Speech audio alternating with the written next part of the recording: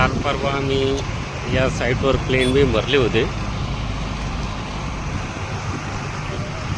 2 ते 3 दिवस पाणी मारले त्यावर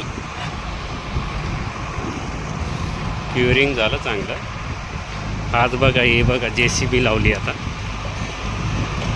त्यामध्ये आतमध्ये माल मुरुम भरायचा आहे. आज JCBने सगळीकडचा मुरुम आम्ही एकत्रित करून आज प्लेन बीमच्या मध्यभागी जी जागा शिल्लक आहे त्यात पूर्णपणे मुरुम टाकण्यात येते. आज हे बघा JCB लावली आहे.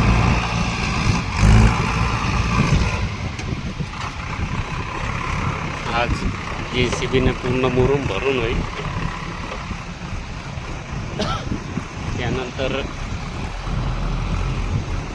त्यानंतर पूर्ण लेवल करून एक धुम्मस मशीन मारण्यात येईल यावर.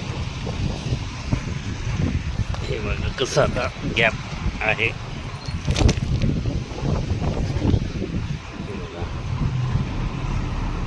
समोर टाक्या आहेत. मुरुम भरल्यानंतर जेव्हा धुम्मस वगैरे होईल तेव्हा टाक्याचं प्लास्टर करता येईल. कारण अगोदर केलं तर क्रॅक जाण्याची भीती असते. त्यामुळं शक्यतो आम्ही धुम्मस झाल्यानंतरच टाक्या प्लास्टर करतो आहे.